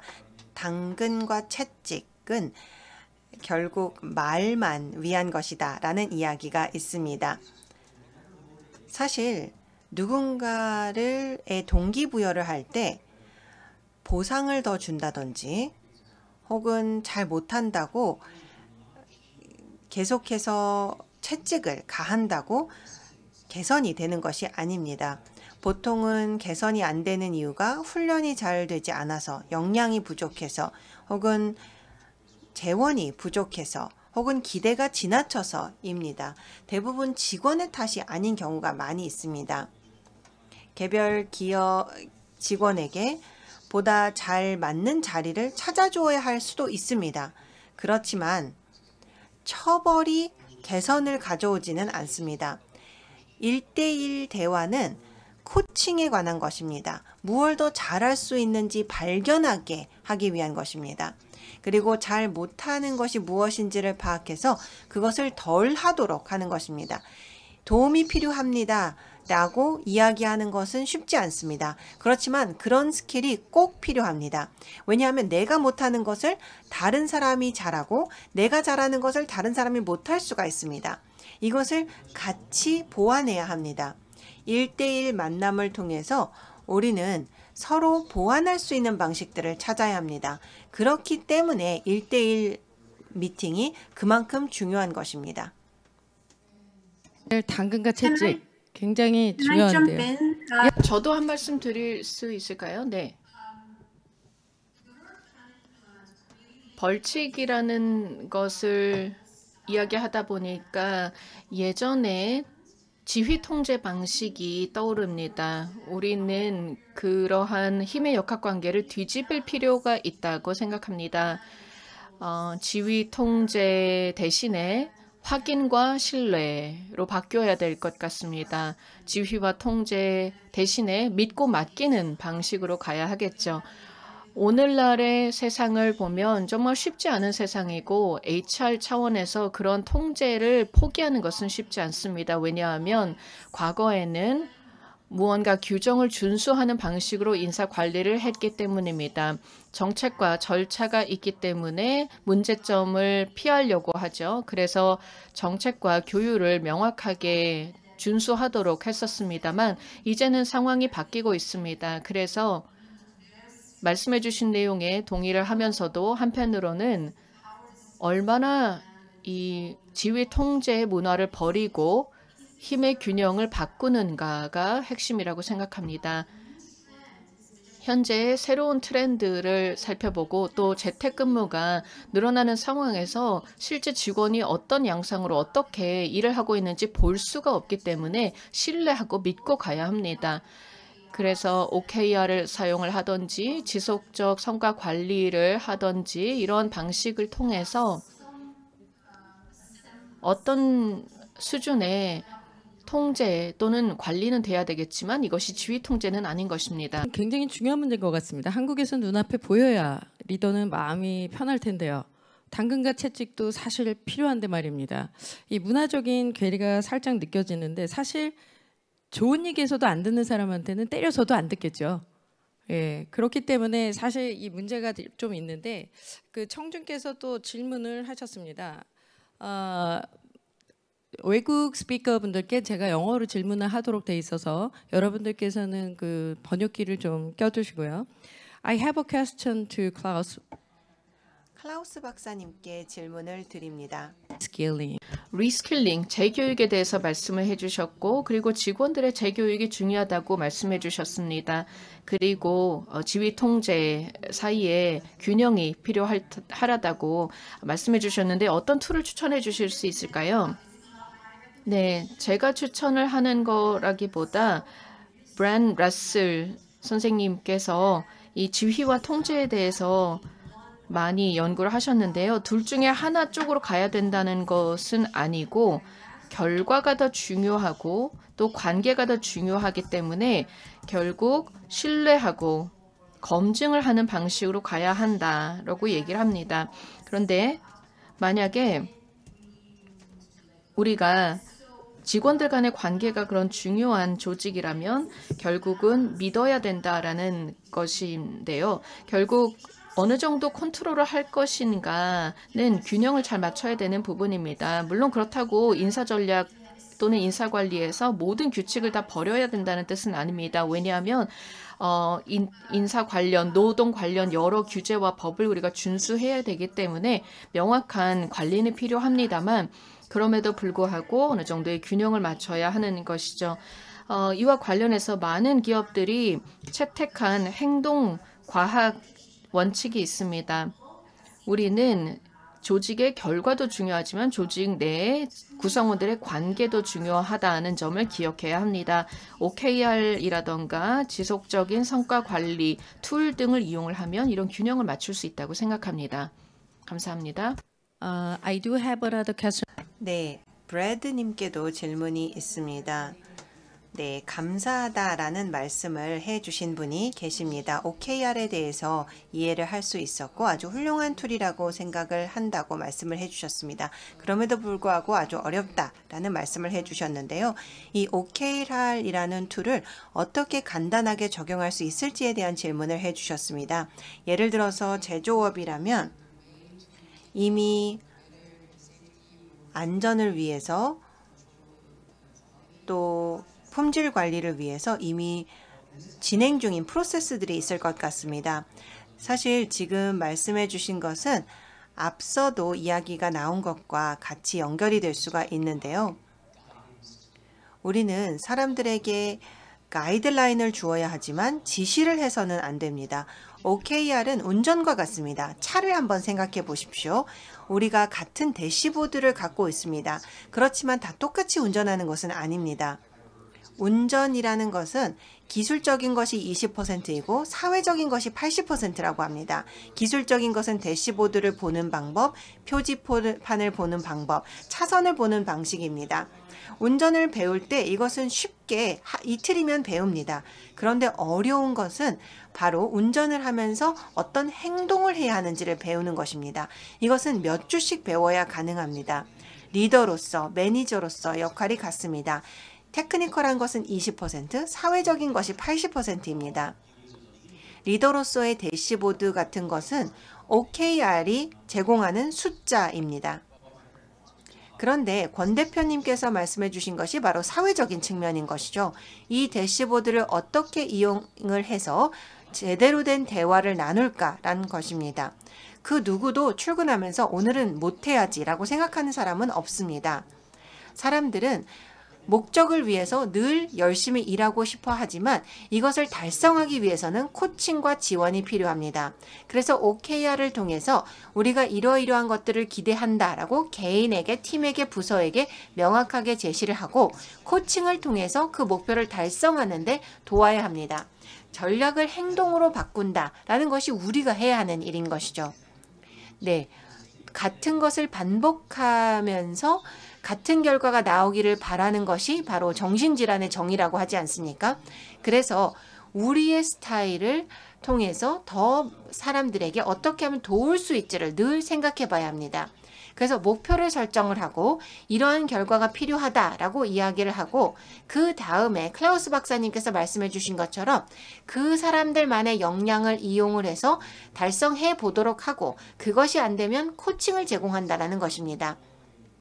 이 일 자체는 혼자 하도록 해 주어야 합니다. 이렇게 점진적으로 도움으로써 생산성이 점점 높아지게 됩니다. 과거에는 지시와 통제로 관리를 했었고 성과를 내지 못하면 굉장히 엄격하게 대했습니다. 그런데 이것이 어떠한 문화에서도 이제 더 이상 통하지 않는다라고 생각합니다. 그렇기 때문에 코칭이 필요합니다. 목표를 설정을 하고 코칭을 해 주어야 합니다. Mr. Kwon and Brad. 네, 동일한 질문이 권민석 대표님과 놀스 대표님께도 들어왔는데요. 상향식이 좋을지 하향식이 좋을지에 대한 고민을 하고 있습니다. 그래서 직원들에게 어떠한 일을 주고 또 그 목표를 달성할 수 있도록 피드백을 주는데요. 어떠한 방식이 가장 좋을까요? 네, 두 방식 다 가능하다고 생각합니다. 상향 그리고 하향식 다 가능한 것 같습니다. 하향식이라는 것은 경영진이 어떻게 하는지이고 또 상향식은 직원들이 어떻게 하는지인데 이 둘이 맞지 않을 수가 있습니다. 그래서 이러한 미스매치가 발생을 했는데 만약에 경영진이 제대로 이를 파악하지 못한다면 경영진에게 그 이야기를 해야 합니다. 그렇기 때문에 지금 하고 있는 일이 전략과 맞지 않으면 그것을 바꿔야 합니다. 그렇게 되면 탑다운도 바텀업도 같이 바뀌어야 합니다. 그런데 이 답을 회의실에서 찾기는 어렵습니다. 자전거를 타는 것처럼 직접 타야 배울 수가 있는 것입니다. 그래서 최대한 잘 맞추고 이것을 실제 해보면서 계속 조정해 나가야 한다고 생각합니다. 많은 고객사들이 6개, 7개의 전략을 세웠다라고 말씀드리지 않았습니까? 코로나19는 우리가 경험해보지 못한 것이었기 때문에 계속 전략을 수정해 나갈 수밖에 없었던 것입니다. 지속적인 피드백을 통해서 진행을 한 것이죠. 네, 저도 첨언을 하고 싶습니다. 하향식, 즉 탑에서 내려오는 방식과 또 직원들로부터 올라가는 그런 방식이 있을 텐데 결국 그 중간에 있는 사람들의 역할이 굉장히 중요하다고 생각합니다. 이 중간 관리자들의 역할을 종종 우리가 간과하고는 하는데요. 중간 관리자는 사실상 이 아래 위에서 내려오는 거 그리고 아래에서 올라오는 것들을 전달하면서 일상에서 적용하는 역할을 해주는 게 중간 관리자입니다. 저도 같은 생각을 갖고 있고 특히 OKR을 굉장히 잘 실행하고 있는 회사들이 어떻게 운영을 하고 있는가를 봐도 탑다운과 바텀업을 섞어서 하고 있는데요. 그러니까 전사적인 목표나 상위 조직의 목표는 탑다운일 수밖에 없다고 생각을 하고 있습니다. 왜냐하면 모든 조직이 같은 방향을 바라보아야 되기 때문이고요. 근데 중요한 거는 탑다운의 목표가 나왔을 때 그거에 대해서 구성원들과 어떻게 소통하는가에 대한 부분이라고 생각을 하고 있습니다. 필요한 의견을 피력할 수 있는 자리도 필요하다고 생각하고 있고요. 그렇게 해서 탑다운의 어떤 전사적인 목표가 확정되는 과정이 끝났을 때는 이 상위 목표를 달성하기 위해서 우리 조직은 무엇을 해야 되지라는 부분에 있어서는 그 조직 내에서 의견을 나누고 목표를 세울 수 있는 과정이 필요하고 그게 버텀업이라고 생각하고 있습니다. 그래서 그 다음 단계는 역시 개인 단위에서 성과를 내기 위해서 목표를 달성하기 위해서 또는 역량을 개발하기 위해서 어떤 나는 목표를 세울지에 대해서 조직장과 그 나의 리더와 구성원 간의 탑다운과 버텀업의 이야기가 왔다 갔다 해야 되고요. 그렇기 때문에 OKR을 수립하는 과정은 제 생각에는 굉장히 많은 핑퐁과 대화가 오고 가야 되고 그렇기 때문에 꽤 많은 시간이 소요되는 방식이라고 생각합니다. 다만 그 방식을 잘 했을 때에는 구성원 모두가 하나의 방향을 바라보면서 싱크로율을 높일 수 있는 굉장히 좋은 방법이라고 생각합니다. 네, 오늘 주제가 대퇴사의 시대에 맞이하여 우리가 무엇을 더 쥐고 더 기억을 할 것인가 얘기를 하는데 계속적으로 균형, 또 대화, 또 뭔가 신뢰 이런 얘기가 나옵니다. 질문을 지금 화면에 보실 수 있는지 제가 좀 보여드리는데요. I have a question to 이 질문은 클라우스 박사님께 드리는 질문입니다. 이 질문을 보면 미래의 HR을 위해 준비하기 위해서 신뢰와 자율성이 중요한 것으로 보입니다. 그렇지만 때로는 일부 회사에서 이러한 것들을 남용하는 경우가 있다라는 것을 볼 수가 있습니다. 그렇기 때문에 회사에서는 보다 강력한 지시와 조정이 필요할 텐데 어떻게 균형을 찾을 수 있을까요? 네, 과학이라기보다 예술에 가깝다, 아트에 가깝다고 생각합니다. 여기 질문에서 잘 지적한 바대로 실제 정책과 또 실제 관행들이 직원들의 행동을 견인합니다. 그런데 이러한 관행에서 벗어나려는 직원들이 있죠. 95%는 잘 하고 있습니다. 95%는 같은 방향으로 가고 있고 또 특정한 규제 없이도 스스로 성실하게 능력을 바탕으로 해서 잘 이해한 목표를 달성하기 위해 노력하고 있죠. 그리고 5%는 그렇게 하지 못하는 상황이라고 해봅시다.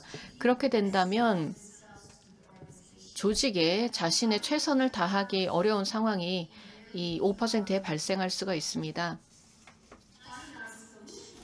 글쎄요, 이러한 상황에 대해서 제가 한 가지 말씀을 드리도록 하겠습니다. 저는 굉장히 전통적인 조직 구조에서 일을 했었습니다. 과거에요. 그러면서 저는 점점 더 이 지휘와 통제를 서서히 내려놓는 연습을 해야 했는데 사실 쉽지 않았습니다. 두려움도 있었죠. 하지만 이제 패러다임이 바뀌고 있기 때문에 저는 포기해야 된다는 것을 인지하게 되었습니다. And also I 감사합니다. 다음 질문은 클라우스 박사님과 또 함께 하고 계신 패널 분들께 드리는 질문입니다. 오늘 주제는 대퇴사 시대입니다. 지금 현재 대퇴사가 이루어진다고 하고 또 이직이 굉장히 높습니다. 인재 유지가 굉장히 어렵고 누군가는 떠난다라는 이야기를 들었을 때 이미 설득하기에 늦을 때가 있습니다. 그래서 어떻게 조금 더 일찍 왜 회사를 떠나려는지 알아보고 또 이것을 예방할 수 있는 방법이 어떤 것일까요? 네, 저희가 발견한 것은 여러 선행 지표들이 있습니다. 예를 들어서 미국 같은 경우에는 중앙화된 의료보험 제도가 없습니다. 그래서 회사에서 사보험을 제공을 합니다. 그런데 직원이 떠나려고 한다면 갑자기 보험을 많이 쓰게 됩니다. 예를 들어서 한 직원당 $2,000를 할당했는데 갑자기 뭐 미백 치료를 한다든지 청력 확인을 한다든지 이 $2,000를 다 사용을 하게 됩니다. 그렇게 되면 한 달 전쯤 이직 여부를 알 수가 있게 됩니다. 그런데 떠나기 2달 전이면 시간이 조금씩 바뀌게 됩니다. 예를 들어서 평소에 일찍 출근하다가 늦게 퇴근했던 사람이 갑자기 일찍 출근을 안 하고 제 시간에 오고 또 제 시간에 퇴근을 합니다. 그러면 뭔가 불만이 있다라는 것이죠. 이것은 보통 2달 전에 이루어집니다. 그리고 정말 흥미로운 것은 떠나려는 사람들의 60% 이상은 미국에서 링크드인 프로파일을 바꾼다고 합니다. 그래서 링크드인 프로파일에 다른 기회를 찾고 있습니다라는 것을 쓰게 됩니다. 사실 기관 입장에서는 링크드인을 잘 안 봅니다. 그런데 저희는 AI 보트를 마련을 해서 링크드인 프로파일이 바뀌는지를 확인하게 하고 있습니다. 보통은 6개월 전에 바꾼다고 합니다. 오늘날 정보가 굉장히 많은 시대에 선행지표들이 분명히 있다는 것입니다. 불만족스러운 직원들에 대한 선행지표들이 있기 때문에 떠나기 전에 해결할 수가 있습니다. 권 대표님께서 설문을 말씀해 주셨죠. 직원들의 50%는 늘 떠날 준비를 하고 있다는 것입니다. 이것은 5%만 떠나려고 할 때 해결해야 합니다. 50%가 되면 이미 암이 퍼질 대로 퍼진 상태입니다. 그렇기 때문에 우리는 일상적으로 직원들의 정보를 잘 보고 불만족스러운지 여부를 봐야 합니다. 마치 자동차의 엔진을 확인하십시오라고 불이 들어오는 것과 마찬가지입니다. 어떤 것이 잘못됐는지는 안 알려줍니다. 직원 입장에서는 훈련이 부족해서 월급이 부족해서 자리가 마음에 안 들어서 있을 수가 있겠죠. 뭔가 문제가 있다라는 데이터를 무료로 받을 수가 있습니다. 인터뷰할 필요도 없고 또 분석에 투자를 할 필요도 없습니다. 그렇기 때문에 매일매일 전화기만 제대로 사용을 하게 된다면 전반적인 분위기를 알 수가 있게 됩니다. 그리고 문화는 5일 안에도 바뀔 수가 있게 됩니다. 트렌드를 월요일 날 파악하게 된다면 금요일 날 벌써 바뀔 수가 있습니다. 이것은 작년을 한번 생각해 보십시오. 작년에 코로나가 터졌을 때 얼마나 많은 감정적 변화를 겪으셨습니까? HR은 이런 감정적 변화를 잘 알아야 합니다. 네, 답이 클라우스 박사님도 있으실까요? Agree with 네, 저도 완전히 동감을 합니다. 굉장히 많은 데이터가 사실 존재합니다. 그래서 그 데이터를 챙겨야 합니다. 분석을 해야 합니다. 제가 권해드리고 싶은 것은 모든 HR 부서가 데이터 애널리틱스 또 데이터 전문가가 있어야 한다고 생각합니다. 직원의 경험의 데이터를 분석을 할 수 있어야 합니다. HR 정보 시스템이 있고 소프트웨어가 있고 그리고 또한 뭐 정서 분석 이러한 툴들도 존재하는데요. 좀 더 적극적으로 HR 측에서는 직원들에 대한 데이터를 관리하고 분석해야 합니다. 이런 분석을 통해서 직원들이 어느 정도 만족하고 있는지 무슨 생각을 하고 있는지 거의 매일 일상적으로 파악을 해야 하는데요. 아마존의 경우에는 일상적인 감성 또 정서 서베이를 매일 한다고 합니다. 즉 직원들이 출근할 때마다 간단하게 기분이 어떠한지를 확인을 하는 것이고 이거를 바탕으로 해서 분석을 하고 피드백을 제공을 하고 또 그날 직원들의 이 기분을 또 낮게 하기 위한 방법들을 제안합니다. 네, 감사합니다. 질문이 몇 가지 더 있습니다. 상당히 질문이 많이 나온 상황입니다. 사실 질문이 없을까 봐 걱정했는데요. 질문이 굉장히 많이 나왔습니다. 세 분 모두 답변을 해주셔도 좋을 것 같은데요. 지금 OKR 프로그램을 운영하고 있습니다. 그런데 이것을 OKR을 할 때 보상과 연결을 안 할 방식이 있을까요? 왜냐하면 직원들이 이것을 반대합니다. 네, 이와 관련해서 존 듀어와 많은 논의를 진행해 왔습니다. 제가 생각하기에는 목표가 이 회사의 중요한 목표인데 보상은 다르게 하겠다라고 한다면 전혀 말이 안 된다라고 생각합니다. 그래서 제가 생각하기에는 OKR은 반드시 보상과 연결이 되어야 한다라고 생각합니다. 물론 수학적으로 뭔가 계산한다라는 뜻은 아니고 보상과 관련된 대화에 포함이 되어야 한다라는 것입니다. 예를 들어서 이 목표의 70%만 달성을 했지만 코로나 중이니까 정말 잘한 것이다. 50%밖에 달성하지 못할 것이라고 생각했는데 정말 잘했다라고 이야기할 수 있는 것이죠. 뭔가 공식을 만들어내는 것이 아니고 이것을 바탕으로 대화를 한다라는 것입니다. 그렇게 되면 목표가 중요하다라는 것을 이야기하면서도 동시에 성과는 여러 가지 요소가 있을 수도 있다라는 것을 인정하는 것이죠. 이러한 대화를 하는 것이 굉장히 중요하다라고 생각합니다.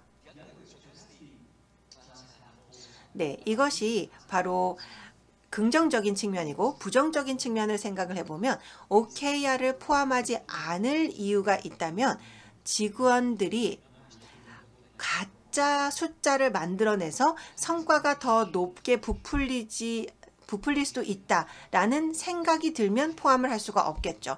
그런데 서로 신뢰가 있어야 합니다. 거짓말을 하게 된다면 신뢰가 깨졌다라는 것을 의미합니다. 그런데 신뢰가 깨지면 시스템으로 해결할 수가 없습니다. 신뢰는 신뢰로만 해결할 수가 있습니다. 따라서 존 디어는 굉장히 열정적으로 이야기를 하지만 사실 미국 같은 경우에는 제가 생각하기에는 직원들을 신뢰한다라고 생각합니다. 그래서 예를 들어서 성과를 부풀린다라고 한다면 기업이 이것에 타격을 받게 됩니다. 왜냐하면 우리가 결과를 얻었다라고 생각하는데 그렇지 않았다라는 것을 나중에 발견하게 되면 타격이 있겠죠. 그래서 제가 생각하기에는 신뢰가 필요하다고 생각합니다. 권 대표님은 어떻게 생각하시나요? 한글로 답을 해도 괜찮아요. 네,